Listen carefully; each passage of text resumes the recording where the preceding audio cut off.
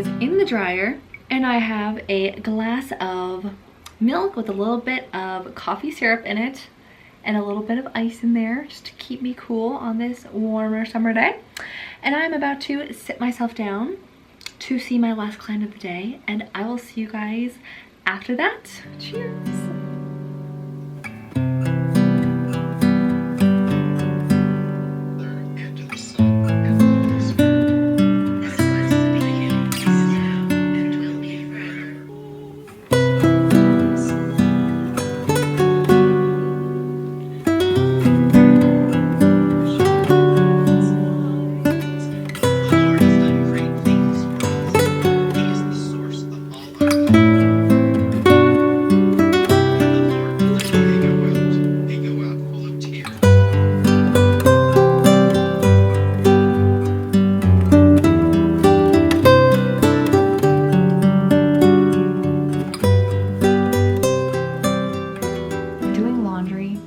So meditative and kind of therapeutic in its own way, especially when it's combined with like silence or praying in some kind. And for me, that was just the perfect reset after my last client of the day to kind of wrap up therapist vibes, therapist mode. And I prayed mid-afternoon prayer through the Divine Office app, which was just perfect. And I don't pray that consistently, though I really want to. I came back this past weekend from a retreat. My mom and I went on a retreat, and it was like, I would call it 85% silent. It was just me and my mom there, and we were in our own private like retreat house portion of the convent. We really didn't interact with anybody else except for one of the nuns who would kind of come into the chapel when we would go in and like help us out. She'd give us the Liturgy of the Hours binder that they created for guests, so it made it so easy to pray Liturgy of the Hours with them. The retreat was just very much needed and really reminded me of how much I missed the quiet, contemplative kind of way of living. And so in coming back from that retreat, I've been really inspired to get back into integrating the Divine Office and Liturgy of the Hours into my day. So today was a great opportunity to do that. And while it would have been, of course, ideal to just like sit and pray or stand and pray or kneel and pray, for me today just felt good to kind of meditatively, prayerfully get my laundry done while I prayed the Liturgy of the Hours. Perfect reset, you guys. Today though is not my average day. Typically after my last client, I would be done for the day, but we actually have a training that we need to do for my job. And this is not a training that is specific to my workplace. This is a training that like anybody who works with kids, who works with minors, like has to do. It allows for consistency of assessment so that everybody's on the same page about what strengths and needs exist for that child. So anyways, I guess they just redid the whole assessment. So that's why we as clinicians in the state need to redo the training to get like recertified. So again, this is not normal as far as like what I would typically do on a day as a therapist. Usually, like I said, I would sign off that last client and I would be completely done for the day with work. But I guess this training is gonna take like 4 or 5 hours, I believe. So today I have a little bit more free time in the afternoon. So I'm going to go ahead and try to at least get some of that started. And again, this is just the reality of working kind of in healthcare with like kiddos and adolescents, teens. You know, there are just more requirements because they're a more vulnerable population. Of course, they are dependents. There are always just some extra steps we have to take to ensure their safety and their well-being. So with that said, it is 4 o'clock right now. I am going to get back on my laptop and start the certification.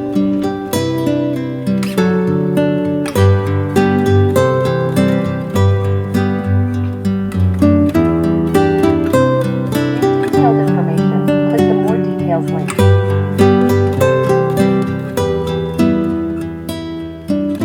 I needed a little bit of a movement break I just finished the first half of the recertification program, I guess. So I'm 50% done, and now I'm a little bit on the hungry side. So I'm going to whip up this Newman's Own thin and crispy white pizza.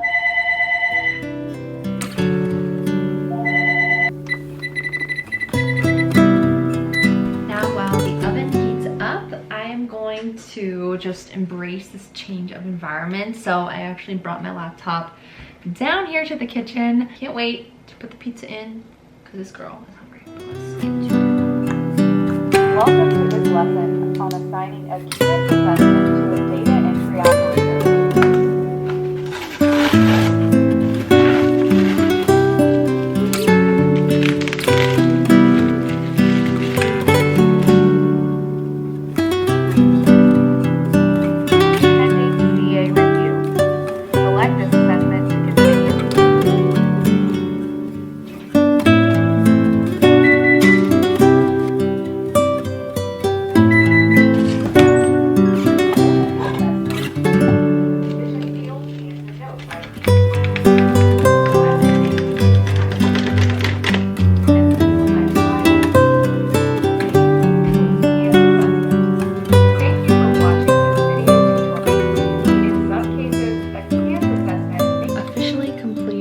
Part 1 of 2 for this recertification process thing. Thankfully, the one that I just finished, I guess, was the longest of the 2, which ended up only being like 2.5 hours total.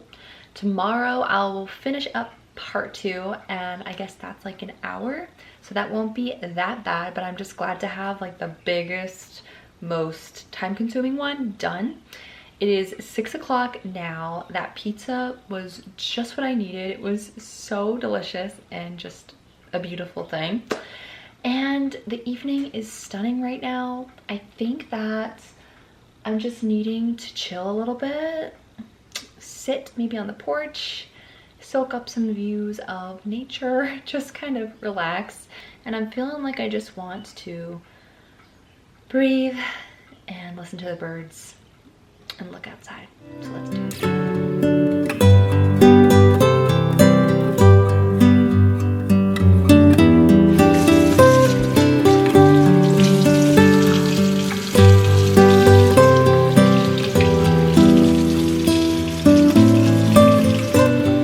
I'm going to just do some more kind of stationary stuff before I hop on my stationary bike. No, I did not. I promise I did not intend on that little play with words. But I'm wearing, yes, my little bike shirt. What I would like to do right now is kind of review what I want to get done for tomorrow. So I've got my amazing little planner here that you guys know that I love so much. And I just want to sit down with it, do a little bit of organizing, a little bit of planning.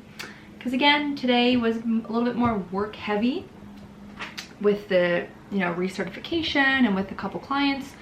So I am really not putting a whole lot of my energy or my steam in other places, like planning for my wedding, which is coming up really soon, you guys, like really soon.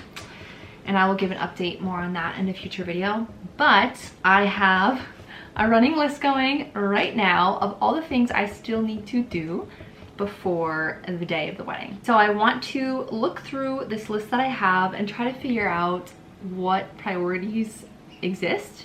What kinds of things are absolute must get done's, like ASAP type of things, and just figure out realistically what can I accomplish tomorrow, for example. So I'll be done work tomorrow probably close to 1:30. I am wanting to figure out what can I accomplish, especially because I do not allow myself to do any sort of work-ish related things on Sundays.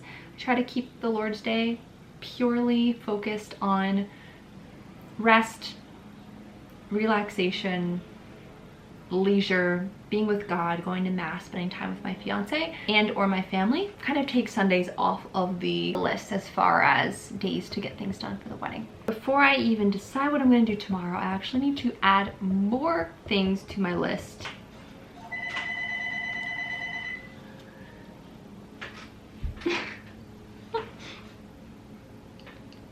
Hey, what's up?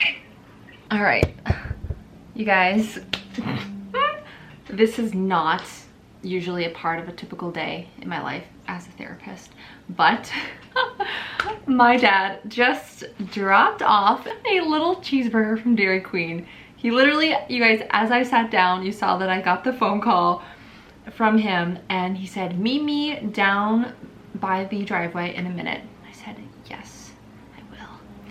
And he pulls up and he hands me a burger. He hands me a burger. My goodness, so nice, you guys. So we are going to eat this yummy hot little burger while we review our wedding to-do list. Let's do it.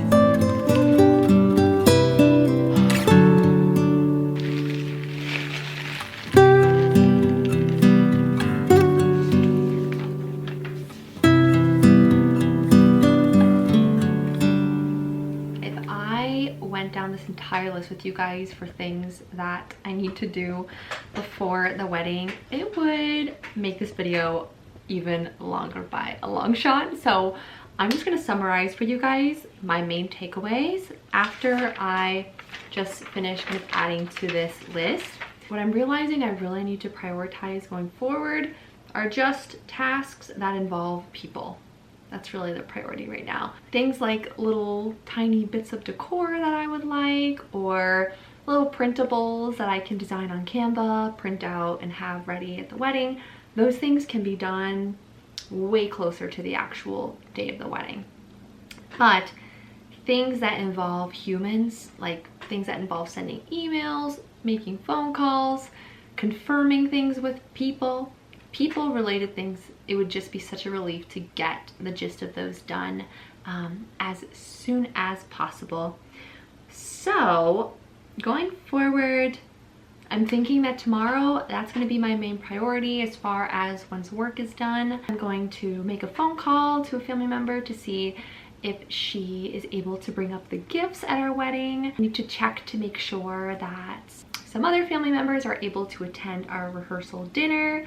I need to ask some of our beloved family friends if they can be altar servers. Ask another family friend if he's able to help kind of be like a butler, assistant type of person, kind of welcoming people into the church. And then just a couple questions that I need to ask our priest about regarding like specific elements of the actual wedding mass. Those are kind of the main things on my end that I feel like I'm gonna really prioritize tomorrow. So it feels really good though to get that kind of clarified in my head ahead of time. And that is something that I do like to do as a Catholic therapist or just a person in general. I really like to try as best I can, if I have time, to really sort out what's going to be on my priorities list for the next day, the night ahead. Because then when that next day comes, I'm not stuck in sort of like an analysis paralysis sort of a thing. I like to go into the next day with a bit of a plan. So that feels really good. And now I, especially after eating that burger, really need to go on the bike. So let's do it.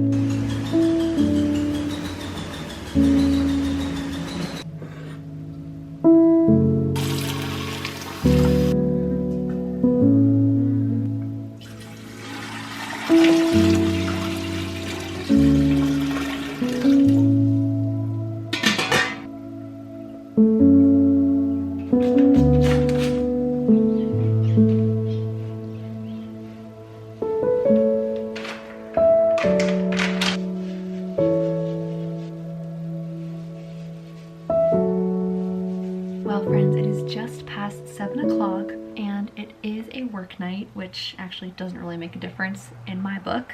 I'm pretty much an early to bed girl anyways. I love a good, gentle, relaxing evening if I can swing it. And tonight certainly happens to be one of those nights, so I'm already basically for bed and it's only just past 7.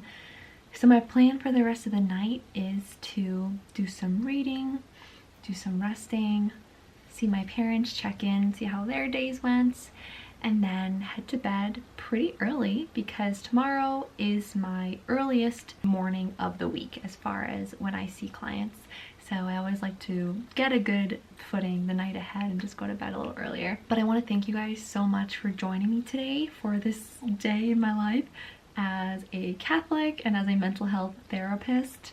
I hope that maybe it shed some light into what a day could look like as a therapist, as a counselor. And if you all would like more videos like this where I go a little bit more in depth into what it's like actually being more of like a therapist, I know I talk a lot about my life and just like things in the Catholic realm, but if you'd like a little bit more insight into being a mental health therapist, please let me know, and I'm happy to make more videos kind of on that subject or just like the behind the scenes of what it is like. With that said, I hope you guys enjoyed this vlog and I look forward to seeing you in my next video. Until then, have a great day or night or afternoon or anything, and God bless if you guys are doing good. Take care. Bye.